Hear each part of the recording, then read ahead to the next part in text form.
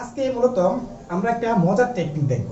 টেকনিকটা হচ্ছে কি, তোমার একটি সরলরেখার সমান্তরাল সরলরেখা এবং প্লাস আর লম্ব সরলরেখা কিভাবে নির্ণয় করতে হয়।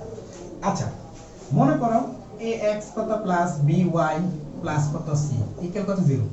এই একটা সরলরেখা, এই সরলরেখা বলতে সমান্তরাল সরলরেখা প্লাস কি লম্ব সরলরেখা কি হবে তা নির্ণয় করতে বলছে। এই একটা যে কোনো একটা সরলরেখা যদি হয়ে থাকে তাহলে তার সমান্তরাল কি সমান্তরাল সরলরেখা হবে। সমান্তরাল সরলরেখা কি হবে দেখো, ax প্লাস bx মানে x এর সহগগুলো ঠিক রাখবা।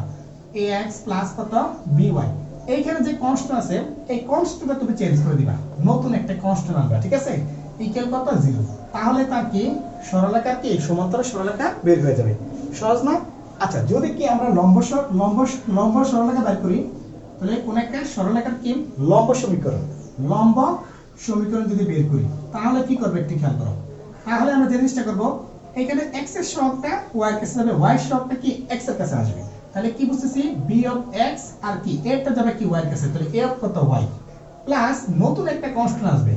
তার মানে লম্ব সরলরেখার ক্ষেত্রে x এর সহগগুলো ট্রান্সফার হবে নাকি, x এর গুলো y এর কাছে, y এর গুলো x এর কাছে, প্লাস নতুন একটা কনস্ট্যান্ট আসবে।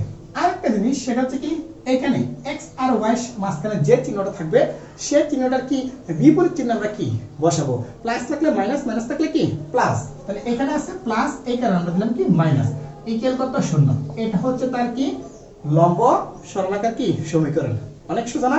আশা করি ক্লাসটা বুঝতে পারছি। যদি ক্লাসটা বুঝে থাকো অবশ্যই লাইক কমেন্ট শেয়ার করতে ভুলবে না। আল্লাহ হাফেজ।